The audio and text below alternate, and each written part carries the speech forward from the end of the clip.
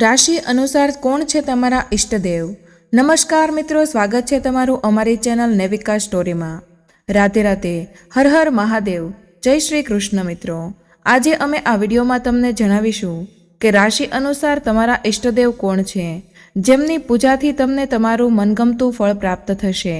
મિત્રો, દરેક વ્યક્તિના મનમાં એક પ્રશ્ન તો આવે જ છે કે આખરે 33 કરોડ દેવી દેવતાઓમાંથી આપણા ઈષ્ટદેવ કોણ છે? આખરે આપણે કોને આપણા ઈષ્ટદેવ માનીએ? કોણ આપણી બધી જ મનોકામનાઓ પૂરી કરી શકે, જેથી આપણું કુટુંબ હંમેશા સુખી અને સમૃદ્ધ રહે? મિત્રો, તમારી રાશિના દેવતા ભગવાન કોણ છે? એ જ વાતનો અમે તમને આ વિડીયોમાં જવાબ આપીશું। મિત્રો, જો તમે પણ આ વિશે જાણવા માંગતા હોય તો ભગવાન શ્રી કૃષ્ણ કે ભગવાન ભોળેનાથના સાચા ભક્ત છો તો કમેન્ટ બોક્સમાં હર હર મહાદેવ, જય શ્રી કૃષ્ણ અવશ્ય લખજો। મિત્રો, આપણા હિન્દુ ધર્મમાં 33 કરોડ દેવી દેવતાઓનો વાસ છે। એમાંથી તમારી રાશિના દેવતા કયા છે એ તમારે જાણવું જોઈએ અને તમારે એ દેવી દેવતાની પૂજા અને આરાધના કરવી જોઈએ। આનાથી તમને ખૂબ જ જલ્દી લાભ જોવા મળશે। દરેક રાશિ માટે એક અલગ દેવતા હોય છે। મિત્રો, દરેક દેવતાની પૂજામાં એક અલગ પૂજા સામગ્રી અર્પણ કરવી જોઈએ અને અર્પણ કરવી પડે છે। જો તમે પૂજા સાચી રીતે કરો છો તો ભગવાન તમારાથી ખૂબ જ જલ્દી પ્રસન્ન થઈ જાય છે અને જો તમે ભગવાનની પૂજા ખોટી રીતે કરો છો તો ભગવાન તમારાથી નારાજ પણ થઈ શકે છે। મિત્રો, જો તમે ઈચ્છો છો કે તમારા જીવનમાં સુખ અને સમૃદ્ધિ હંમેશા પ્રાપ્ત થાય તો તે માટે તમારે તમારા ઈષ્ટદેવને સાચા અને સારી રીતે પૂજા અર્ચના કરીને પ્રસન્ન કરવા પડશે, જેથી તેમની મનોકામના જલ્દી જ પૂરી થઈ જાય। મિત્રો, એ ઉપરાંત ઈષ્ટદેવની પૂજા કરવાનું એક ખૂબ જ વિશેષ મહત્વ બતાવવામાં આવે છે, પરંતુ કેટલાક લોકો એવા હોય છે જેમને તેમના ઈષ્ટદેવ વિશે કદી જાણવાનો પ્રયાસ જ નથી કર્યો અને ન તો તેઓ જાણે છે અને તેમને પણ ખબર પણ નથી હોતી આખરે તેમના ઈષ્ટદેવ કોણ છે। તો તમે તમારી રાશિ દ્વારા પણ તમારા ઈષ્ટદેવનો પતો લગાવી શકો છો અને તેમની પૂજા કરવાથી તમને એક વિશેષ લાભ પ્રાપ્ત થશે। મિત્રો, પ્રત્યેક દેવ દેવતાઓ કોઈને કોઈ ગ્રહ સાથે સંબંધ તો રાખે જ છે। આવી સ્થિતિમાં જો કોઈ દેવી દેવતા જાતકની કુંડળીની ગ્રહ સ્થિતિ સાથે મેળ નહીં ખાય તો જાતકને પૂજાપાઠનું અનુકૂળ પરિણામ કદી નહીં મળે અને લોકો વિચારશે કે અમે તો દિવસ રાત ભગવાનની પૂજાપાઠ કરીએ છીએ અને નિરંતર તેમના ભજન કીર્તન કરીએ છીએ, પરંતુ છતાં પણ અમને કોઈ ફળ પ્રાપ્ત જ નથી થતું। કેટલી વાર તો ગ્રહ દશાના વિપરીત દેવી દેવતા પસંદ કરવાથી જાતકને ખૂબ જ વધારે નુકસાન ઉઠાવવું પડે છે। મિત્રો, માન્યતાઓ અનુસાર પોતાની કુંડળીની ગ્રહ સ્થિતિ અનુસાર જ દેવી દેવતાઓની પસંદગી કરવી ખૂબ જ શ્રેષ્ઠ હોય છે। કુંડળી અનુકૂળ દેવી દેવતા જાણવા માટે જાતકની કુંડળીનો પ્રથમ ભાવ, પંચક ભાવ અને નવમ ભાવમાં પસંદગી કરવી ખૂબ જ ઉત્તમ કહેવાય છે। મિત્રો, કહેવાય છે કે જ્યારે વ્યક્તિ જન્મ લે છે ત્યારે ગ્રહ નક્ષત્રનું ખૂબ જ વધારે મહત્વ હોય છે। જન્મ લેતી વખતે જ્યારે ગોચર અને ચંદ્રમાં જે રાશિમાં હોય છે જાતકનો આ રાશિમાં જન્મ કહેવાય છે। આવી સ્થિતિમાં રાશિ અનુસાર તમને તમારા ઈષ્ટદેવનો પતો ખૂબ જ સરળતાથી લાગી જશે। મિત્રો, આકાશ મંડળમાં 12 રાશિઓ છે, જેમાં 28 નક્ષત્રો ભ્રમણ કરે છે। વ્યક્તિનો જન્મ કોઈને કોઈ નક્ષત્રમાં તો અવશ્ય થાય જ છે અને દરેક નક્ષત્ર કોઈને કોઈ રાશિ સાથે સંબંધિત જરૂર હોય છે। મિત્રો, હિન્દુ ધર્મગ્રંથના પવિત્ર ગ્રંથ અગ્નિ પુરાણમાં પણ એ જ કહેવામાં આવે છે કે પોતાની રાશિ અનુસાર દેવી દેવતાઓની પૂજા કરવાથી આપણને ખૂબ જ જલ્દી શુભ ફળ પ્રાપ્ત થાય છે। તો મિત્રો, વિડીયોમાં આગળ વધતા પહેલાં ચેનલને સબસ્ક્રાઇબ કરીને વિડીયોને લાઇક કરીને પાસેની બેલ આઇકોન જરૂર દબાવો। આ વિડીયોને તમારા મિત્રો સાથે જરૂરથી શેર કરજો, જેથી તેઓ પણ આ માહિતી જાણી શકે। ચાલો મિત્રો, હવે વિડીયોને શરૂ કરીએ છીએ।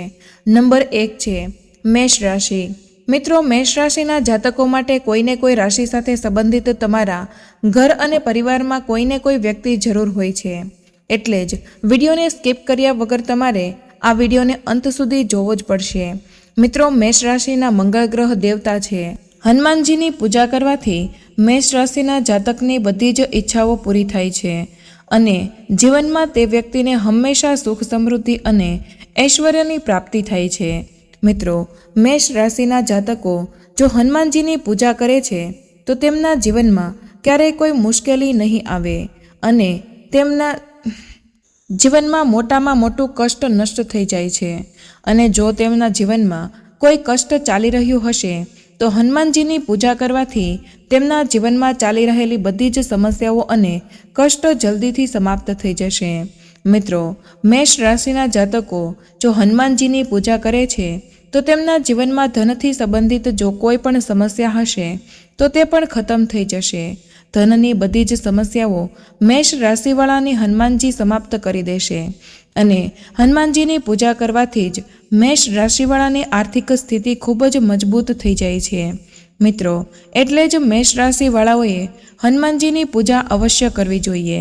મિત્રો, મેષ રાશિવાળાઓએ હનુમાનજીનું વ્રત પણ જરૂરથી રાખવું જોઈએ. હનુમાનજીનું વ્રત મંગળવારના દિવસે રાખવામાં આવે છે. જો દેવીઓની વાત કરીએ તો ભગવતી તારા, નીલ સરસ્વતી અને માતા શૈલપુત્રી આ રાશિની દેવીઓ હોય છે. મિત્રો, ચાલો હવે વાત કરીએ આગળની રાશિ તરફ. તે રાશિ છે વૃષભ રાશિ. તમારી રાશિના શુક્રદેવ ગ્રહ દેવતા છે અને મુખ્ય દેવતા શ્રીહરિ વિષ્ણુજીને માનવામાં આવે છે. વૃષભ રાશિના લોકોએ શનિવારના દિવસે કાળા અને નીલ રંગના કપડાં ભૂલથી પણ નહીં પહેરવા જોઈએ.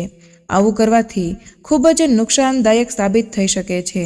મિત્રો, જ્યોતિષ શાસ્ત્ર અનુસાર કહેવામાં આવે છે કે વૃષભ રાશિવાળાઓએ શનિવારના દિવસે પીપળાના વૃક્ષની પરિક્રમા જરૂર કરવી જોઈએ તથા પીપળાના વૃક્ષ નીચે એક પુષ્પ તો જરૂર અર્પણ કરવું જોઈએ. તેવી માન્યતા બતાવવામાં આવે છે કે આવું કરવાથી તે વ્યક્તિની દરેક સમસ્યા દૂર થઈ જાય છે.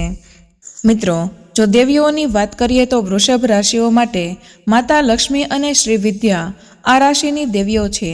મિત્રો, કહેવામાં આવે છે કે વૃષભ રાશિના જાતક પર માતા લક્ષ્મીની કૃપા બની રહે છે. જો તેઓ તેમની પૂજા કરે છે તો તેમના જીવનમાં ક્યારેય કોઈ મોટું કષ્ટ નહીં આવે અને જો કોઈ તેમના જીવનમાં કષ્ટ ચાલી રહ્યું હોય તો માતા લક્ષ્મીની પૂજા કરવાથી તેમના જીવનમાં બધા જ કષ્ટ પણ નષ્ટ થઈ જાય છે. બધી જ સમસ્યાઓ તેમનાથી દૂર ભાગી જાય છે. મિત્રો, કહેવામાં આવે છે કે વૃષભ રાશિવાળાઓએ લક્ષ્મી માતાનું વ્રત અવશ્ય રાખવું જોઈએ અને જે લક્ષ્મી માતાનું વ્રત હોય છે તે શુક્રવારના દિવસે રાખવામાં આવે છે. મિત્રો, ચાલો હવે વાત કરીએ આગળની રાશિની. તો આગળની રાશિ છે મિથુન રાશિ. તમારી રાશિના બુદ્ધદેવ ગ્રહ દેવતા છે અને ગણેશજી અને ભગવાન વિષ્ણુજી તેમના મુખ્ય દેવતા તરીકે માનવામાં આવે છે. મિત્રો, મિથુન રાશિના સ્વામી ગણેશ ભગવાનજીને કહેવામાં આવે છે મિથુન રાશિઓની ગણેશ ભગવાનની પૂજા કરવાથી ખૂબ જ લાભ પ્રાપ્ત થાય છે. એટલે જ મિથુન રાશિના જાતકોએ ભગવાન ગણેશની પ્રતિદિન પૂજા જરૂર કરવી જોઈએ અને એક લાલ કિતાબની કુંડળી અનુસાર બુધના ખરાબ કે સારા હોવાથી ઘણી સ્થિતિઓ હોય છે. જો તમે મિથુન રાશિના જાતક છો તો તમારા માટે અહીં લાલ કિતાબ અનુસાર સામાન્ય સલાહ આપવામાં આવે છે કે મિથુન રાશિવાળા જો ભગવાન ગણેશની પૂજા કરે છે તો તેમની પાસે ક્યારેય પણ માનસિક તણાવ કે ડિપ્રેશન જેવી સમસ્યાઓ નહીં આવે. તેમનું મન ધીરે ધીરે મજબૂત થતું જશે જેના કારણે તેમના જીવનની બધી જ મુશ્કેલીઓ ખતમ થઈ જશે. એટલે જ મિથુન રાશિવાળાઓએ ભગવાન ગણેશની પૂજા તો જરૂર કરવી જોઈએ. મિત્રો, હવે વાત કરીએ કે મિથુન રાશિવાળા માટે દેવીની. તો મિથુન રાશિવાળા માટે દેવીઓ માતા દુર્ગી, ભુવનેશ્વરી અને માતા ચંદ્રઘંટા આ રાશિની મુખ્ય દેવીઓ છે. મિત્રો, ચાલો હવે વાત કરીએ આગળની રાશિ કર્ક રાશિ વિશે. તમારી રાશિના ગ્રહ દેવતા ચંદ્રદેવ માનવામાં આવે છે અને મુખ્ય દેવતા ભગવાન ભોલેનાથ અને વિષ્ણુજી કહેવામાં આવે છે. મિત્રો, કર્ક રાશિના સ્વામી ચંદ્રમા હોય છે અને જો આ લોકોના ઈષ્ટદેવની વાત કરીએ તો તે ભગવાન ભોલેનાથ હોય છે. તેમની પૂજાથી વિશેષ ફળ મળે છે. તીવ્ર બુદ્ધિ હોય છે. ઈષ્ટદેવની પૂજા કરવાથી તેમની કુંડળીમાં ભલે ગમે તેટલા ગ્રહ દોષ હોય તે બધા જ સમાપ્ત થઈ જાય છે અને ઈષ્ટદેવ તેમનાથી પ્રસન્ન થઈ જાય છે. તેથી આ બધા વ્યક્તિઓને વધુ પરેશાન નથી કરતા. મિત્રો, કર્ક રાશિના જાતકોએ સોમવારે ભગવાન ભોલેનાથનું વ્રત તો અવશ્ય રાખવું જોઈએ તેમજ ગરીબોને ખાવાનું ખવડાવવું જોઈએ અને જો વ્રત રાખવું શક્ય ન હોય તો તેમને ભગવાન શિવની સોમવારના દિવસે અવશ્ય પૂજા કરવી જોઈએ. મિત્રો, મિથુન રાશિની દેવીઓની વાત કરીએ તો માતા કમલા અને માતા સિદ્ધિદાત્રી અને રાશિની દેવીઓ હોય છે. મિત્રો, ચાલો હવે આગળની રાશિની વાત કરીએ. તે રાશિ છે સિંહ રાશિ. સિંહ રાશિના ગૃહ દેવતા સૂર્યદેવને માનવામાં આવે છે. રાશિનો સ્વામી સૂર્યદેવ હોય છે. એટલા માટે જ કહેવામાં આવે છે કે તેમના ઇષ્ટદેવ હનુમાનજી અને ગાયત્રી કહેવાય છે. મિત્રો, ઇષ્ટદેવની પૂજા કરવાથી એ ફાયદો થાય છે કે કુંડળીમાં જો આપણી કોઈ પણ પ્રકારનો દોષ હોય તો તે સમાપ્ત થઈ જાય છે. મિત્રો, સિંહ રાશિવાળા જો સૂર્યદેવની પૂજા કરે છે તો તેમને ક્યારેય પણ માનસિક તણાવ, ડિપ્રેશન જેવી સમસ્યાનો શિકાર થવું પડતું નથી અને તેમનું મન હંમેશા મજબૂત રહે છે. સવારે સ્નાન કરીને સ્વચ્છ થઈને પોતાના ઘરના મંદિરમાં સૂર્યદેવની એક પ્રતિમા જરૂર રાખવી જોઈએ અને તેમની સામે ઘીનો દીવો એક અવશ્ય કરવો જોઈએ. મિત્રો, સિંહ રાશિની દેવીઓની વાત કરીએ તો માતા ગાયત્રી, પિતાંબરા અને માતા કાલરાત્રિ છે. મિત્રો, ચાલો હવે આગળની રાશિની વાત કરીએ. તે રાશિ છે કન્યા રાશિ. કન્યા રાશિના ગૃહ દેવતા બુદ્ધદેવને માનવામાં આવે છે અને તેમના જે મુખ્ય દેવતા છે તે ગણેશજી કહેવાય છે. એટલે જ કન્યા રાશિવાળા લોકોએ બુધવારના દિવસે બુદ્ધ ગ્રહનો ઉપવાસ તો જરૂર કરવો જોઈએ. મિત્રો, જ્યારે કન્યા રાશિના જાતક બુધવારના દિવસે વ્રત કરે છે તો જો તેમના જીવનમાં કોઈ પણ પ્રકારની કોઈ પણ મુશ્કેલી કે મુસીબત ચાલી રહી હશે તો તે બધું જ દૂર થઈ જશે. મિત્રો, કન્યા રાશિવાળા લોકો જ્યારે બુધ ગ્રહનું વ્રત કરે છે તો તેમના જીવનમાં ક્યારેય પણ કોઈ પ્રકારની આર્થિક સમસ્યા નથી આવતી. ઘરમાં સારી શક્તિઓનો વાસ થવા લાગે છે અને ઘરની નકારાત્મક શક્તિઓ દૂર થવા લાગે છે.